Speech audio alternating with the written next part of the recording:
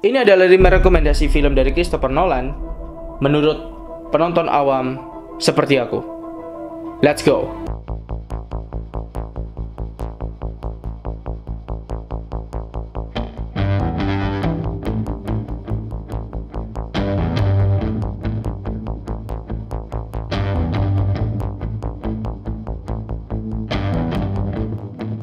Yang pertama ada Memento.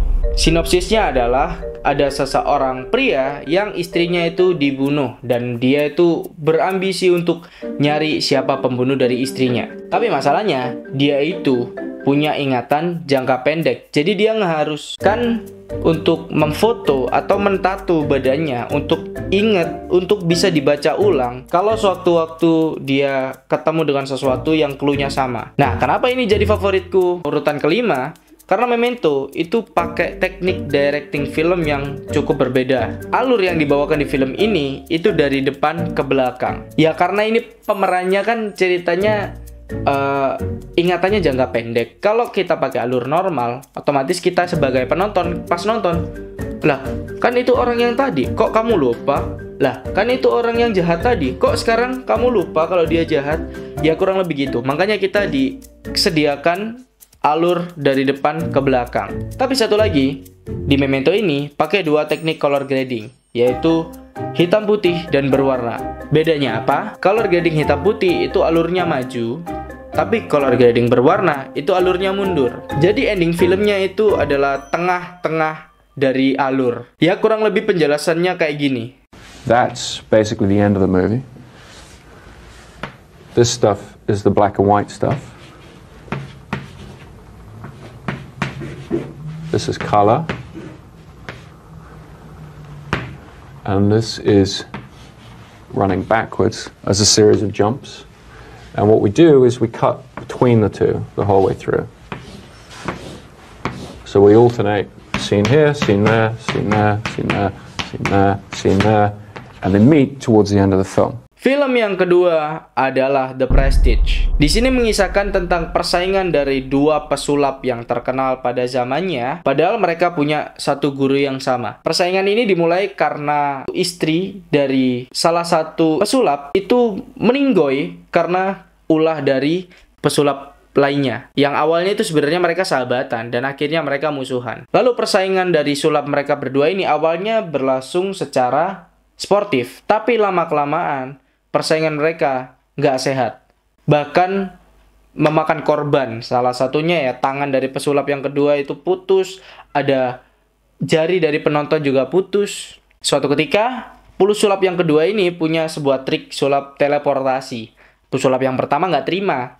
Dia nyari cara gimana biar bisa ngekopi trik tersebut tapi bisa ditampilin lebih keren. Meskipun nyawa taruhannya. Kenapa film ini jadi rekomendasiku juga? Karena di ending film itu super duper plot twist dan bagus banget pesannya. Padahal yang aku kira ini ternyata itu.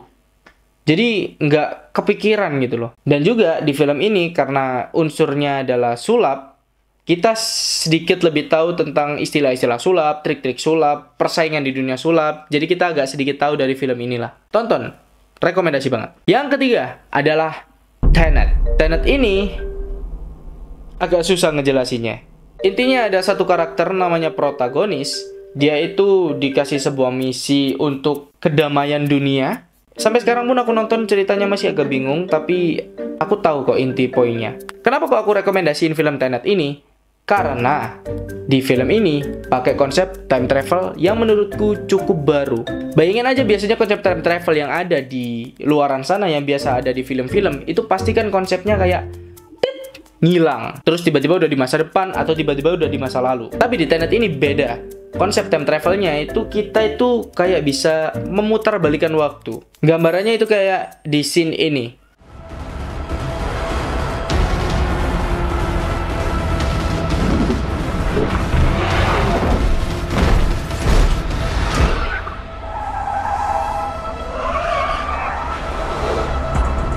Si protagonis itu nyetir mobil normal, jalan maju. Tapi di sebelah kiri mereka, itu ada mobil yang dari kecelakaan tiba-tiba berdiri, terus jalannya mundur. Lalu tibalah protagonis di sebuah ruangan atau di sebuah alat pemutar entropi waktu, terus mereka masuk ke dalam mesin tersebut. Si protagonis masih ngerasa dia berjalan dengan normal, dengan alur maju. Cuman anehnya, suasana yang lainnya itu alur jalannya mundur, kayak burung terbangnya mundur, mobil-mobil lain jalannya mundur. Nah, ketemulah mereka di sebuah tengah-tengah jalan dengan dirinya sendiri. Dan dirinya sendiri yang di kiri ini, itu jalannya juga mundur. Sedangkan protagonis yang kanan ini, yang di masa depan, itu jalannya maju. Jadi kayak masa depanmu adalah masa laluku, dan masa laluku adalah masa depanmu. Lalu tiba-tiba mobilnya si protagonis yang udah ngelewatin mesin waktu itu kebalik terus meledak. Jadi di awal mobil yang dari kebalik terus jadi utuh itu adalah si protagonis sendiri. Intinya kalau aku jelasin ini bakalan makin lebih pusing. Jadi sumpah tonton aja, bagus banget itu filmnya. Yang kedua ada Inception. Kalian pernah nggak ngerasain yang namanya lucid dream? Ketika kalian tidur tapi kalian sadar kalau kalian itu sedang tidur. Nah, film ini premisnya itu ngambil dari kurang lebih dari konsep mimpi itu. Cuman di sini bedanya, itu karakter utama itu seorang agen yang biasa nyuri data tapi dari mimpi seseorang. Jadi di universe ini tuh kayak ada alat, kita itu bisa masuk ke dalam mimpi seseorang dan kita bisa ngacak-ngacak mimpinya. Kita bisa tembak-tembakan, kita bisa berdialog dengan mereka, kita bisa berdialog dengan pikiran terdalam mereka. Nah, itu konsep yang diambil dari Inception ini. Film ini bagus banget karena ketika aku nonton, aku kayak mikir, anjay, bisa ya ternyata kayak gitu. Kok aku nggak kepikiran ya kayak gitu? Kalian pernah nggak sih sadar kalau kalian mimpi, meskipun kalian tidurnya sebentar, mimpinya itu kayak lama banget, meskipun tidurnya 8 menit. Nah, di film ini kayak dijelasin juga, kalau 8 menit di dunia nyata, itu ketika kalian di dunia mimpi itu sama dengan 1 jam. Seru lah pokoknya. Dan rekomendasiku yang utama, film favoritku nomor 1 di dunia of all time dari Christopher Nolan adalah Interstellar. Film ini tuh menceritakan tentang astronot yang sudah pensiun tapi tiba-tiba dapat pesan rahasia dari sebuah hantu yang membuat dia harus kembali lagi ke dunia astronomi. Pesan tersebut itu kayak nunjukin dia sebuah koordinat dan bikin dia untuk berangkat keluar angkasa untuk mencari planet baru yang bisa ditinggali karena bumi udah nggak layak untuk dihuni. Aku nggak akan spoiler, tapi yang jelas kenapa ini jadi favoritku karena di situ banyak banget unsur sainsnya dan ini film yang berhasil bikin aku cinta banget sama science. Dan di film ini itu nggak sekedar science fiction, ini beneran pakai rumus relativitasnya Einstein. Jadilah gambaran black hole yang kayak gini. Dulu orang-orang itu bayangin black hole itu pasti bentukannya kayak bulat hitam gitu doang kan.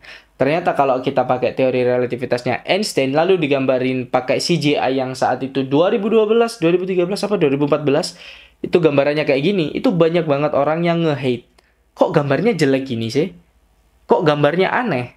Tapi akhirnya itu dipakai di film dan siapapun yang menonton film Interstellar pada tahun tersebut itu adalah orang yang pertama kali melihat black hole secara real. Karena ternyata pada tahun 2019 kemarin, apa 2020 ya, gambaran black hole yang nyata itu barusan bisa ketangkap. Dan ketika dikomparasi sama black hole yang dibikin di film Interstellar, ternyata hampir sama. This is the image in the movie Interstellar. This is the actual image that was actually made by the radio astronomers. They're not quite the same. There's no crossbar here. And it's brighter on one side, and we're not brighter on one side there. So what's going on? So the camera for the movie Interstellar is near the plane of the disk, and so that's what it looks like in Interstellar. But we're going to move the camera up to the North Pole and see what happens. It's pretty obvious. You lose the crossbar. And then you blur things out because the radio astronomers don't have very good angular resolution. Jadi aku kayak, wow, ini film bagus banget. Selain dari unsur sainsnya ya, dari segi cerita doang, kalian tonton, bagus banget. Mind blowing, main kuster, main-main lah itu, pokoknya bagus banget filmnya. tonton deh. Dan itulah 5 rekomendasi film dari Christopher Nolan menurutku sebagai penonton awam. Aku berusaha nggak spoiler di ceritaku ini. Aku tanpa skrip, aku cuman ngelis 5 film favoritku dari Nolan, terus aku ngoceh aja nggak jelas ini. Dan ya, silakan kalau kalian mau nonton atau nggak. Tapi saranku, terserah kalian lah. Terima kasih buat yang udah nonton video ini dari awal sampai akhir. Saya Iqbal Qureshi. Sampai berjumpa di video selanjutnya. Ciao.